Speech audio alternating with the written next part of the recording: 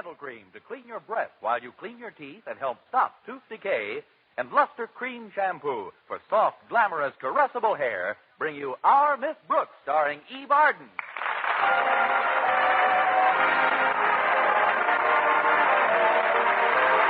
It's time once again for another comedy episode of Our Miss Brooks, written by Al Lewis. Well, as some of you may remember, last night was New Year's Eve.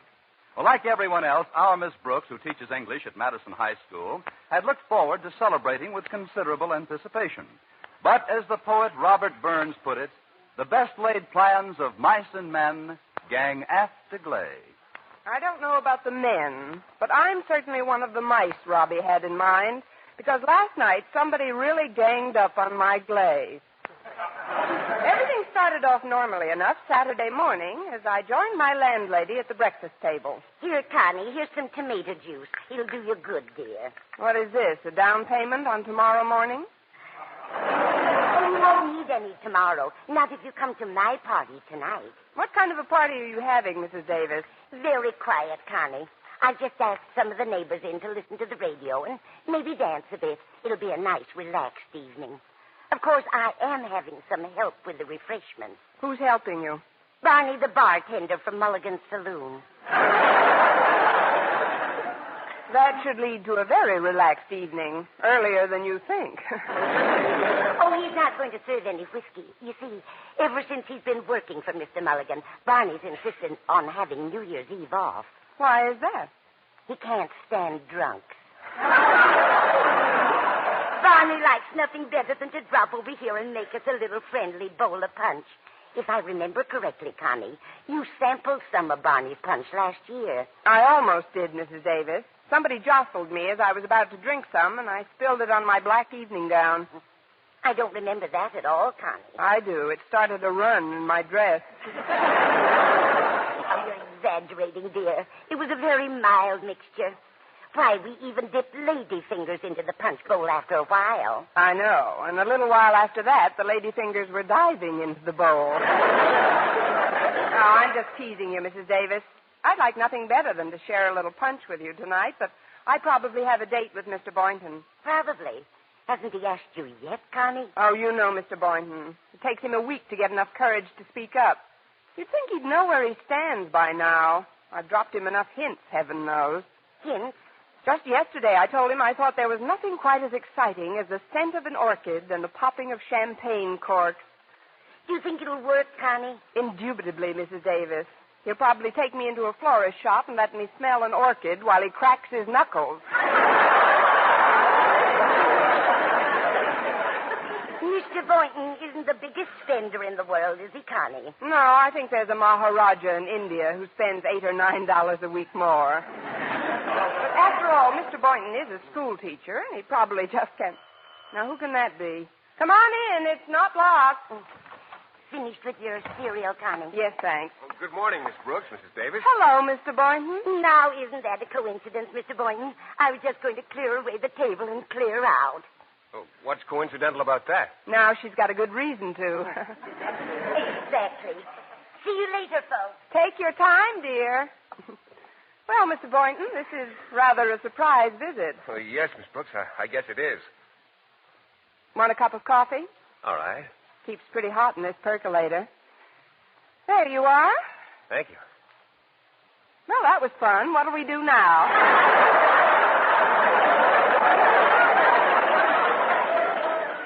Tonight, as you know, is New Year's Eve, Miss Brooks. Yes, I know. It's the one night in the year I believe in celebrating. You see, the only fun a bachelor can have, especially a bachelor school teacher, is to really let go once in a while. Might also be fun to hold on once in a while. Don't look so shocked. I'll withdraw the statement. Strike that from the record, clerk. The one thing I'm so grateful for, Miss Brooks, is that our relationship has always been completely honest and above board. I can talk to you straight from the shoulder. You certainly can, Mr. Boynton. I don't have to beat around the bush. No, you don't. I can come right to the point without stalling. I hear you talking.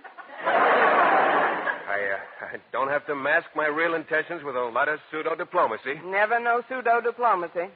Well, what I'm trying to say, Miss Brooks, is that, well, several weeks ago, I promised to attend the Biologist Club New Year's Eve party at the Club Jamboree tonight. Oh, that sounds like a lot of fun, Mr. Boynton. Oh, I'm sure it will be.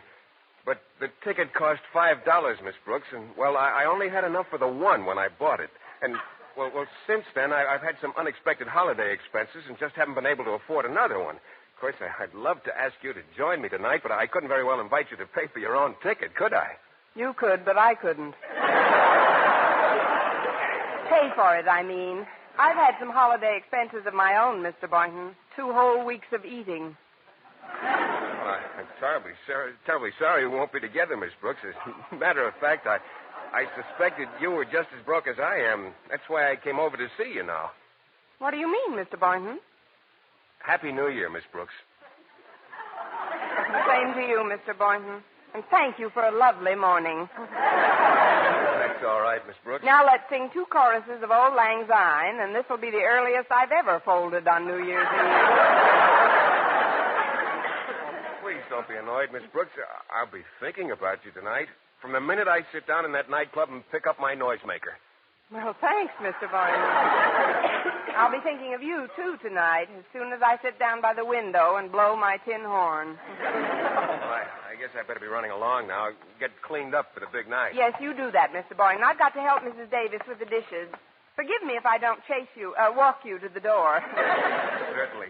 Well, see you next year, like they say. Don't take any wooden biologist. Now, that's just dandy. What's just dandy, Connie? Oh, where'd Mr. Boynton go? Home to rest. Oh, we've got a big night ahead of us, eh? We've got a big night ahead of him.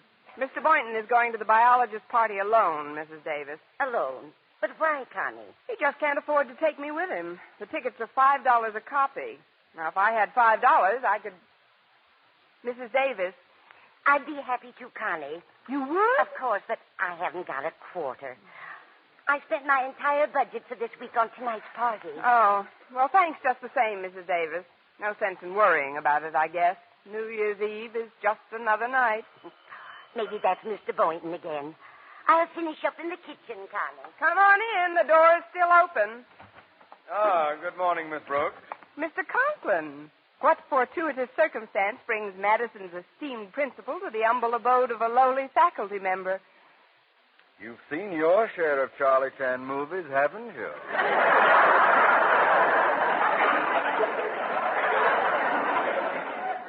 If you'll forgive me, Miss Brooks, I shall skirt the preliminaries and get right to the point. Firstly, Mrs. Conklin is visiting her sister, who has a touch of rheumatism in Philadelphia. That's a bad place to get it.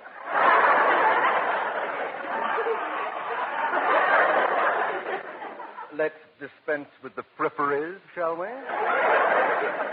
Secondly, her sister has sent their little boy, age 6, to spend the holidays with my daughter Harriet and myself. Thirdly, I've promised Harriet she can go to a New Year's Eve party tonight. And fourthly, I have a dinner engagement with some old professor friends of mine from State Normal days. But I don't understand, Mr. Conklin. At this late date, it is almost impossible to secure a babysitter, Miss Brooks.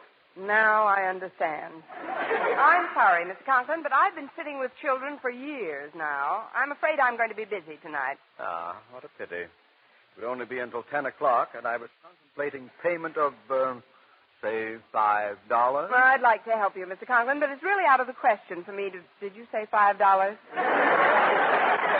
That is correct. Where and when? 7:30, my home. I'll be there, Mr. Conklin. Thank you, Miss Brooks. Thank you very much. Don't bother seeing me to the door. I know the way. Thank you, Mr. Conklin. Thank you very much. Yes, indeed. Mrs. Davis! Mrs. Davis! Yes, dear. What is it? Well, it's going to be a happy New Year after all. I'm going to sit with Mr. Conklin's nephew until 10 o'clock, and he's going to give me $5. He must be quite a well-to-do little boy.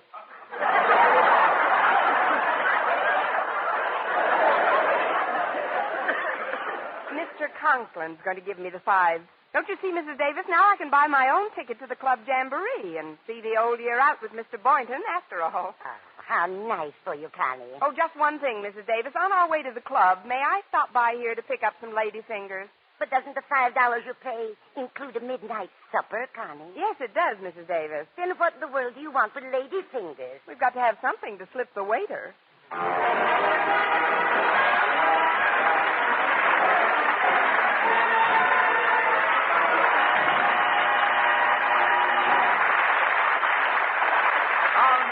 starring Eve Arden, will continue in just a moment. But first, here is Vern Smith.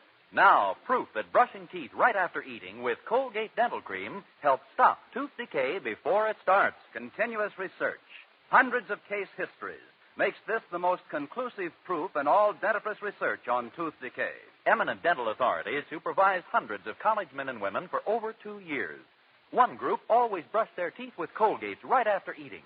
The other followed their usual dental care. The group using Colgate Dental Cream as directed, using Colgates exclusively, showed a startling reduction in average number of cavities, far less tooth decay.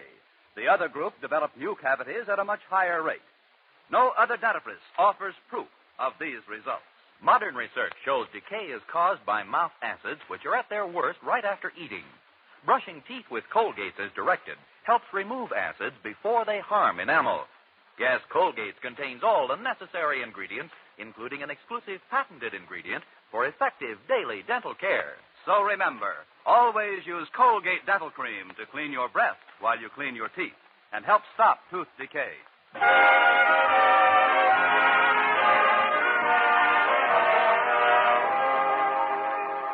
Well, I phoned Mr. Boynton and asked him to meet me at Mr. Conklin's home at 10 that evening. At 9:30, I was still trying to get little Stevie into bed. Now, listen, Stevie, it's getting awfully late.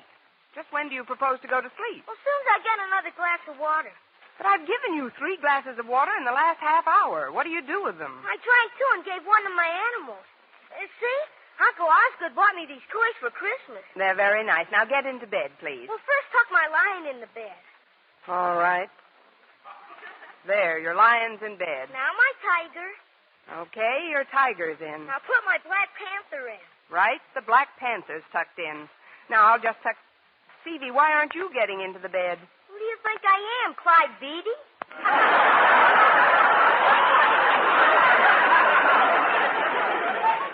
I wish I had a book on child psychology with me. A nice heavy one. Come on now, shove that menagerie aside and get in. Okay. Hello? Is that you, Harriet? Your daughter's dressing for her date, Mr. Conklin, but thanks for the comparison. On the phone, all voices sound alike to me. How's my nephew, Miss Brooks? Fine, Mr. Conklin. He's in his zoo. In bed. Good, good. Has the dear little fellow floated off to dreamland yet? Not quite, but one more glass of water should do it.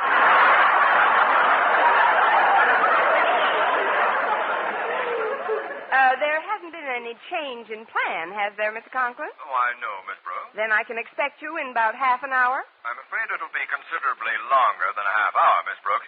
I'm staying over with some friends. But you said you'd be back at 10. That's right.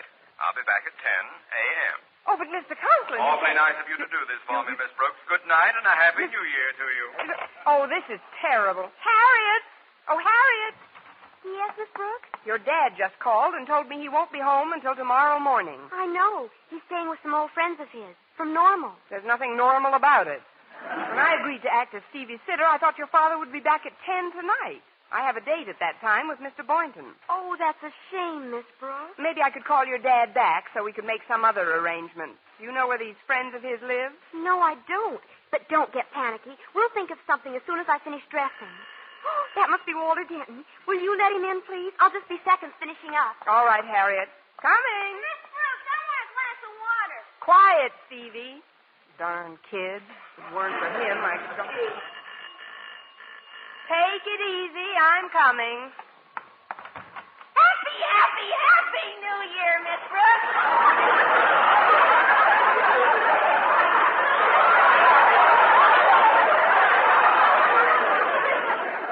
Come in, Walter. Isn't it a wonderful night to see the old year out on? Aren't you just in love with tonight, Miss Brooks? I'm crazy about it. Harriet will be ready in a few minutes, Walter. Ah, dear Harriet. You know, that's what I like best about this holiday. The feeling of closeness it gives you to the one you care for. Especially during that one breathless, rapturous moment right before midnight. That moment like the hush of a giant wave ere it pounds mightily upon the golden sands. That tongueless moment of promised ecstasy culminating in a crescendo of clamorous, amorous bliss. Have you ever ever been hit with a 6-year-old child? Gosh, Miss Brooks, you don't seem very happy about New Year's. Haven't you got a date with Mr. Boynton? That's just the trouble, Walter. I have. But I also have a date to sit here with Mr. Conklin's nephew, Stevie, until Uncle returns in the morning. It was all a misunderstanding, mostly on my part. Gee, that's a tough break, Miss Brooks. Isn't there any way out for you? I know. Maybe you could hire a babysitter to sit in your place. Of course, it couldn't be just any ordinary person. It would have to be a very special kind of sitter to fill your shoes. You never were great in anatomy, were you, Walter? But that wouldn't work either. Even if I had the money, which I haven't, it's too late to get anybody now. Well, here I am, Walter. How do I look? Devastating, Harriet. Absolutely soul-destroying. How do you think I look, Miss Brooks? Very atomic, Harriet. You should be the center of all eyes at your party. Gee, I kind of hate to go with you in this spot, Miss Brooks. Did you tell Walter about your dilemma? Yeah, she did, Harriet. But we can't seem to think of any way out. Oh, don't worry about me, kids. I'll just celebrate New Year's Eve some other night. Maybe when Mr. Boynton comes to pick you up, you could talk him into staying here with you instead of going to his old biologist club party. Yeah, there's a swell phonograph and some keen records you could dance to. Maybe I'll do that. In fact, I may do that even if Mr. Boynton doesn't stay. Brooks, I want a glass of water. Excuse me, kids. I guess I didn't tuck him in tight enough. I'll be right there, Stevie. You run along to your party and have a good time. You're certainly noble, Miss Brooks. I'm not noble. I'm stuck. Go ahead now. It's almost 10 o'clock. Noble or stuck, you're solid, Miss Brooks. Thanks, Walter. Maybe Mr. Boynton will notice it and stick around a while. I sure hope so. Me too. Have the best possible New Year's under the circumstances, Miss Brooks. I'll do my best. So long, kids. Hey, did Cousin Harriet go out with Walter Denton? Yes, Stevie, she did. He's an idiot. He's very fond of you, too. Here's your water. Oh, thanks. Hey, could I also have an ice cream cone? No, Stevie, no ice cream cones at this hour. With a pickle in it? That's different. You've got to have your vitamins. No, I'm just fooling. You've eaten quite enough for one night. Are there any pickles in the house? No, but I'd gladly let you have the one I'm in. Well, here's my glass. You better leave it near the picture. I might get hungry again. Thirsty. Oh, that's Mr. Boynton. Now, you put your little head down and dream you're a battleship. Okay. Good night, Miss Brooks. Good night, Stevie. I'll be right there. Oh, come in, Mr. Boynton. My, but you look handsome tonight. Oh, thanks, Miss Brooks. You look quite handsome yourself. I'm glad to see you already. I'm just raring to go. Well, unrare yourself, Mr. Boynton. I'm afraid I can't go with you tonight. But you said on the phone that Mr. Conklin will be back. Yes, and you... that was before he called me again. He won't be here until tomorrow morning. I can't leave Stevie alone. But I've been thinking, Mr. Boynton, we could have quite a nice time right here tonight. Here? You and me? And the phonograph. There are some fine records stacked over there by the sofa. But, Miss Brooks, we have no chaperone. Who has no chaperone? I'm here. I'm sorry, Miss Brooks. I've already paid for my ticket, and the other members of the club expect me at the club jamboree. In fact, I promised I'd be there by 10:30. Well, it's only 10 now. You could stay for a little while. Here, sit down on the couch, Mr. Boynton. Well, I guess I could stay for about 10 minutes or so. Fine, we'll have a million laughs. Do you like records, Mr. Boynton? Oh, yes, I do. Oh, say, here's quite a pile of them. Let's see what some of the titles are. That should be fun. Here's a batch for you. I'll go through these. Don't you think you're sitting rather close to me, Miss Brooks? I know I'm sitting close to you, Mr. Boynton. Well, I mean, I'm a little off balance. I don't want to break any records. Don't worry, you won't.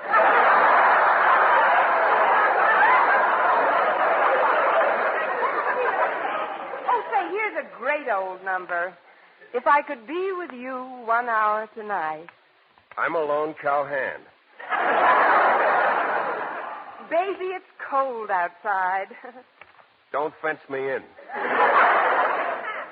I'm in the mood for love. It's too late now. I can dream, can't I? All right, Louie, drop the gun. Everything I have is yours. I got plenty of nothing.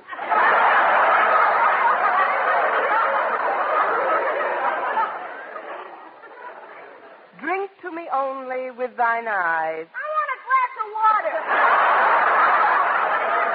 Quiet, Stevie. You've had all the water you're going to get. Now go to sleep. Okay. Don't get petulant.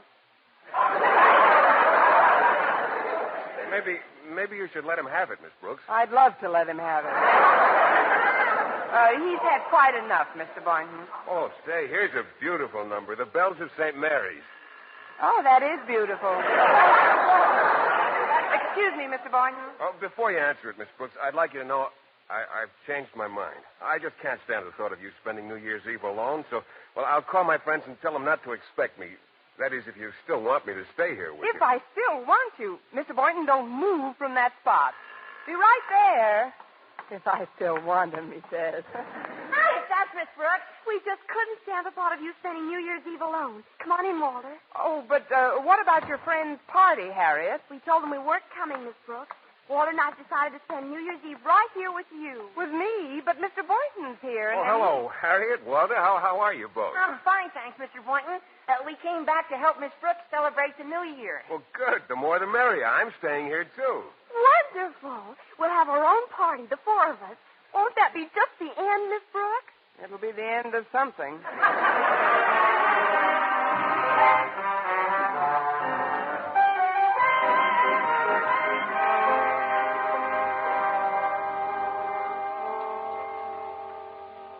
Well, I've certainly had a good time so far. So have I, drinking Cokes and playing records. Oh, it has been rather exciting at that. Don't you think so, Miss Brooks? Thrilling.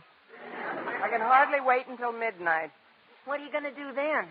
I'm going to crack open a brand new bottle of sweet air and spray the kitchen. It's almost midnight now. Gee, I wish Daddy were here. That would be all I need.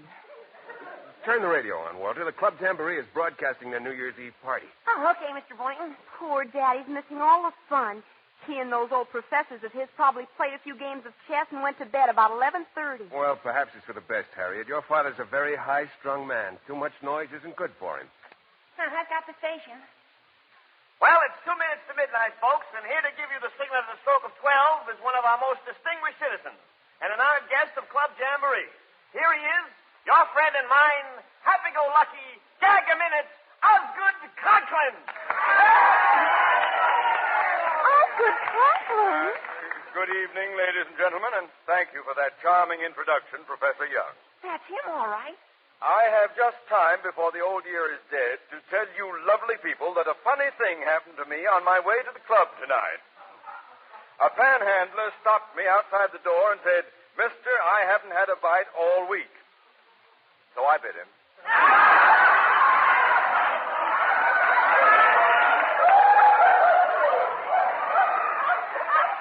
Oh, great. Madison's next principal will probably be Milton Berle. Now, when I give you the signal, let's get those noisemakers going and really let her rip. There are only 5 seconds to go. 4, 3, 2, 1.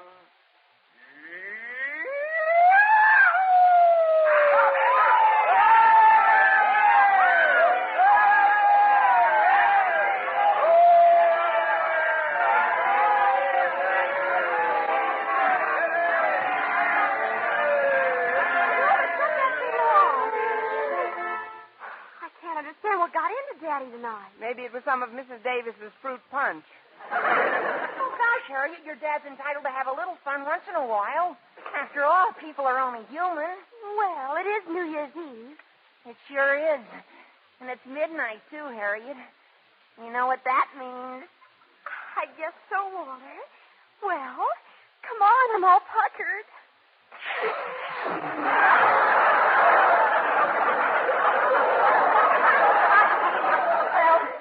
Here goes, Harriet. Mr. Boynton, do you see the work that's going on in the next yard? Yes, I do, Miss Brooks. And although I must admit I'm a rather diffident person most of the time, I feel that this being New Year's Eve, I can take a certain liberty. Liberty? You can take shore leave. Well, I'm ready if you are. I'm puckered, Mr. Boynton. I'm thirsty, Miss Brooks. Oh. Well, that's done it. If you'll forgive me, Mr. Boynton, I'm going to pour 3 glasses of water. 3, but who are the extra 2 for? You and me. We might as well be loaded as the way we are.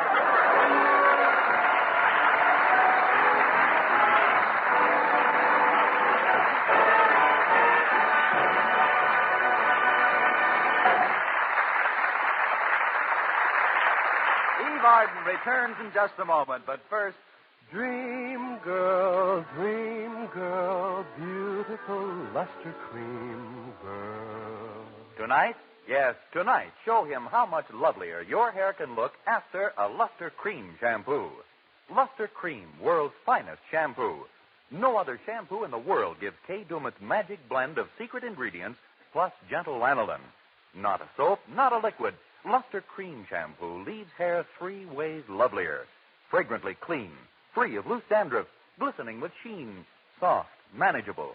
Even in hardest water, Luster Cream lathers instantly. No special rinse needed after a Luster Cream shampoo.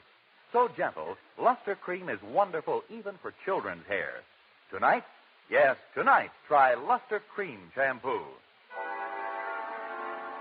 Dream girl, beautiful luster cream girl.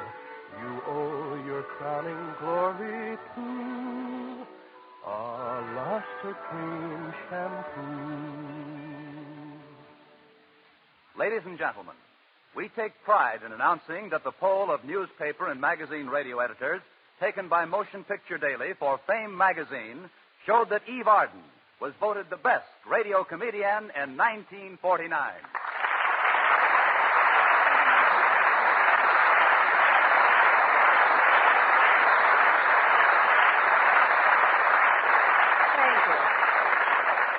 My sincere thanks to the radio editors, Motion Picture Daily, and Fame magazine, and to every school teacher and pupil, as well as their parents and friends, a very happy New Year. Good night.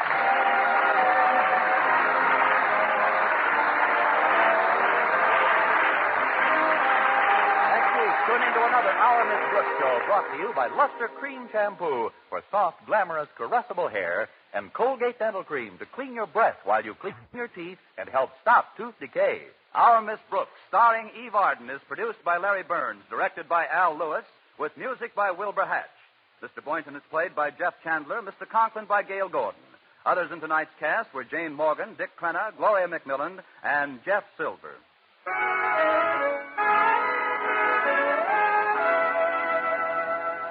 Be beauty-wise, get bath-size Palmolive soap for beauty care all over. Yes, for your tub or shower, enjoy the same glorious beauty lather that millions of women have found so wonderful in bringing lovelier complexions in just 14 days. Simply buy the big, thrifty, long-lasting bath-size Palmolive. Use it for your Palmolive soap facials. Enjoy its oceans of creamy, beautifying lather in your tub or shower. And say, men love it, too. So let the whole family enjoy bath-size Palmolive. Yes, be beauty-wise, get bath-size Palmolive soap today.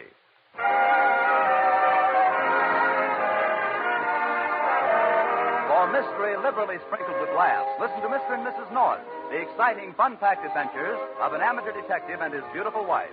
Tune in Tuesday evening over most of these same stations. And be with us again next week at this same time for another comedy episode of Our Miss Brooks. Bob Lamont speaking. This is CBS, the Columbia Broadcasting System.